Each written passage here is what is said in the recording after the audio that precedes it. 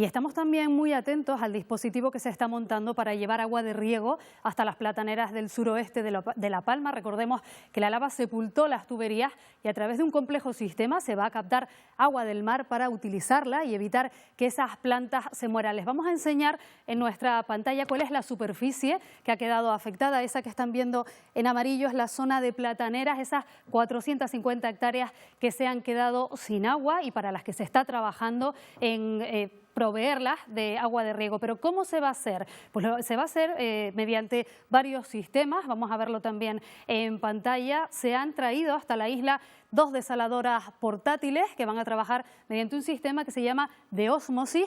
Además se ha hecho un pozo de captación en la zona de Puerto Naos. También se va a utilizar una pequeña desaladora de esa misma zona y se ha traído además hasta el lugar un buque cisterna y todo ello, con el agua de unos y de otros, se van a obtener en torno a 12.000 metros cúbicos de agua que confían en que sean suficientes para llevar a cabo esa labor. El objetivo final es evitar que esas plantas se mueran. Todo eso mezclado con grandes dosis de talento y de compromiso, porque la mitad de la economía de la isla depende de este preciado cultivo, del cultivo del plátano. Sobre ese sistema vamos a hablar con nuestro invitado de hoy. Ya se encuentra aquí en nuestro plató. Me voy a desplazar hasta la mesa para hablar con él. Es ingeniero agrónomo. Osvaldo Rens, buenos días. Buenos días, Marta. ¿Qué tal? Bueno, usted entiende mucho de este tema. Usted trabaja en este caso para el Cabildo de Tenerife, porque en la isla de Tenerife pues están más acostumbrados, digamos, a desalar agua de mar para utilizarla en el riego, ¿verdad? ¿Qué es lo que se va a hacer?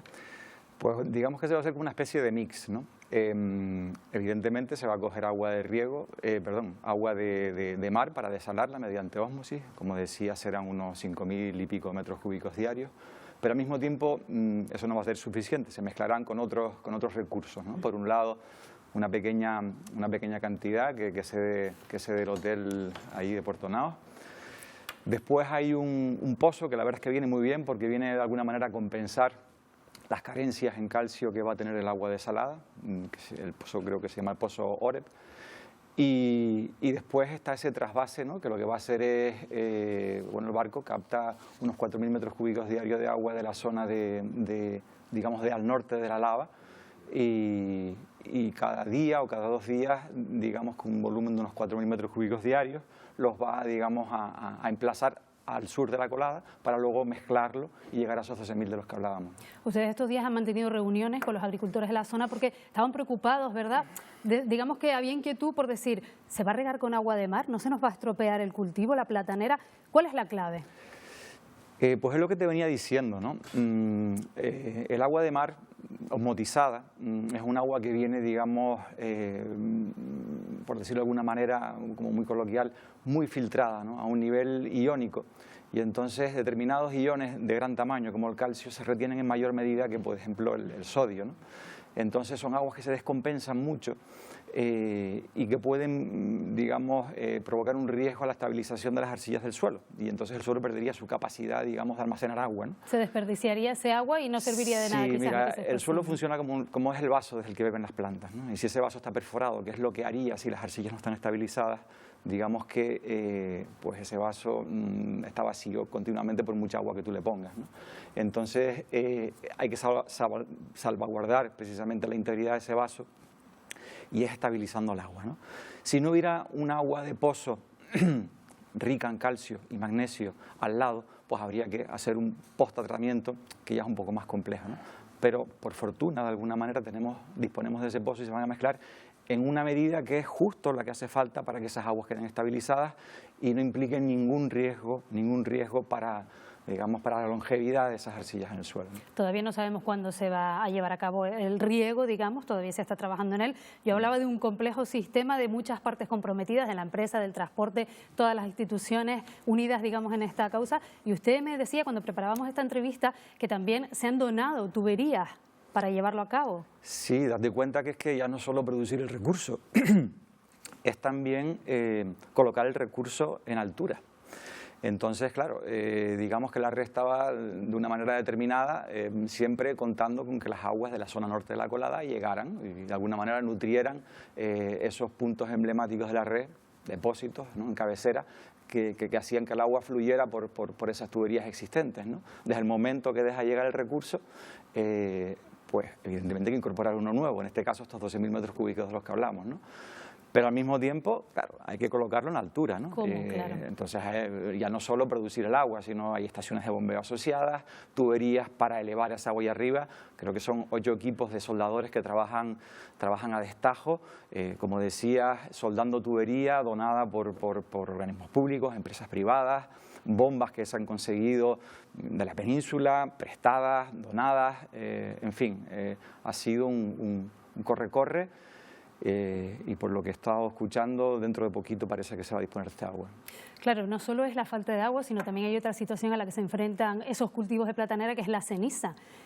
Esa ceniza que se está depositando en esas plataneras que están, digamos, al aire libre, al descubierto, se va depositando en el suelo, y en las que están en invernadero, pues los agricultores han tenido incluso que rajar ese plástico para que el peso no haga que se termine, que el daño sea mayor, digamos.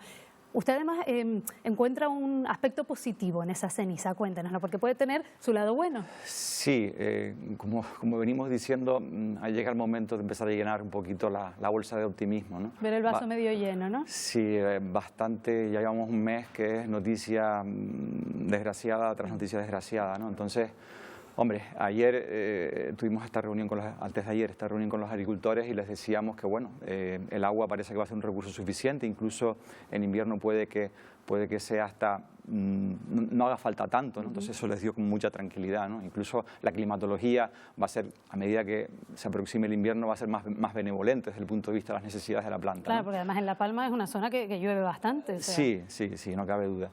Y lo que me decías de las cenizas, ¿no? Evidentemente está, digamos, su peso sobre las cubiertas de los invernaderos, ¿no? Muchos colapsaron, por desgracia. Ahí los agricultores, la verdad es que nos han sorprendido. Esa manera de reaccionar, ¿no?, del agricultor canario es sorprendente, ¿no? Se nos ponían los pelos de punta a ver cómo ellos estaban ahí encima de los invernaderos con los soplantes, quitando la ceniza. Otros optaron directamente por rajar las mallas, ¿no? Fíjate que son cuadrículas muy chiquititas, rajaban cuadrícula a cuadrícula para que la ceniza al menos pudiera caer dentro del invernadero y no se acumulara el peso y no colapsara como le había pasado a algunos, ¿no? Entonces veíamos, digamos, ese efecto de la ceniza, hombre, por un lado negativo, por esto que te digo, ¿no?, de la estructura de los invernaderos, por el efecto también de sombra excesiva que hace sobre la planta. La planta, después de todo, para fotosintetizar necesita luz. Desde el momento que tú le quitas la luz, digamos que su fisiología se ve afectada, ¿no?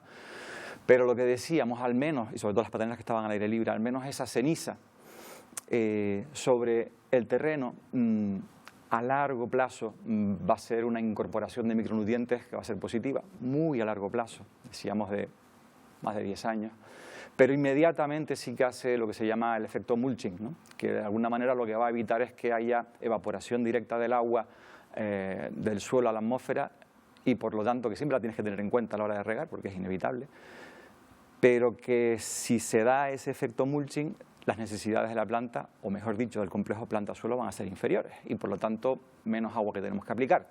Es algo que es positivo, la humedad se retiene mejor, ¿no? ¿Y cuál es el secreto del plátano canario? Porque claro, estamos hablando de que es un cultivo que necesita mucha agua, que por ejemplo en la isla de La Palma pues supone la mitad de su Producto Interior Bruto. ¿Cuál es el secreto para que el plátano canario sea tan rico y que tenga tantas propiedades y bueno, que sea el mejor? Pues mira, es una variedad, la pequeña nana, que es la que más se establece, que es muy sabrosa de por sí, ¿no? Y bueno, hay que decirlo, y es buen hacer de los canarios, ¿no? Claro. También el clima me imagino que influye. ¿Qué porcentaje de influencia puede tener el clima y cuál el agua? Vamos a ver, el clima, evidentemente el plátano es una planta tropical, requiere de cuanto más calor, mejor se va a desarrollar, un calor húmedo, ¿no? Desgraciadamente en Canarias no tenemos ese calor tan húmedo, ¿no? Y necesitamos aportar mucha agua, ¿no? Fíjate que de alguna manera en las charlas estas que veníamos dando decíamos, es que no hay experiencias científicas en ese riego deficitario que implica, o muy poquititas, que implicaría para la planta, ¿no? ¿Por qué no las hay? Dice, porque es que es una circunstancia que no se da. El plátano se cultiva normalmente en sitios donde el agua sobra, ¿no? Digamos que los sitios en el mundo, diría que el sitio donde quizás más carencia de agua hay y aún así hay plátano es Canarias, ¿no? Entonces, bueno, esta circunstancia hace bueno, que ahí tengamos los problemas que estamos teniendo con el que tema tenga que intervenir la mano del hombre, pues con obras de ingeniería como esta que estamos viendo. Efectivamente, en este caso, ¿no? Hay que estar buscando recursos continuamente para una planta que realmente necesita muchísima agua, ¿no? En comparación con otras. Importante insistir, estamos terminando esta entrevista, pero también importante insistir con todos esos agricultores pues, que lo están pasando mal en la isla de La Palma, recordarle a los consumidores que aunque veamos un plátano que no está quizás tan bonito como en otras ocasiones, pues que sigue siendo apto para el consumo, que si lo vemos en las tiendas lo podemos comprar y que también de esa manera ayudamos, contribuimos al sector en la isla de La Palma, ¿verdad? Desde luego. Hace tiempo había una campaña, ¿no?, que decía el plátano manchado, el de Canarias, que es mejor, ¿no?, con las pintitas, ¿no? Eso parece que ya no suena mucho en los medios, ¿no? Yo creo que ahora es el momento de reforzar ese mensaje, ¿no? Aunque será por un periodo corto, porque es que una vez se corten las piñas que están dañadas por la ceniza, pues ya hasta que vuelvan a salir las piñas nuevas, pues, transcurrirá mucho tiempo y a lo mejor ya esperemos que no necesitemos de esa campaña de que bueno, plátanos arañados por la ceniza sean aptos para el mercado, pero desde luego un plátano que tenga unos arañacitos por fuera y tenga pintitas negras, por favor, es casi nuestra señal de identidad, ¿no? Bueno, pues Osvaldo Reyes, muchas gracias por haber compartido con nosotros todo ese conocimiento, todo ese proceso que se va a llevar a cabo para intentar salvar esas plataneras del suroeste de la isla de La Palma. Pues gracias. Nada, gracias a ustedes por llamarnos. Muy Gracias. bien.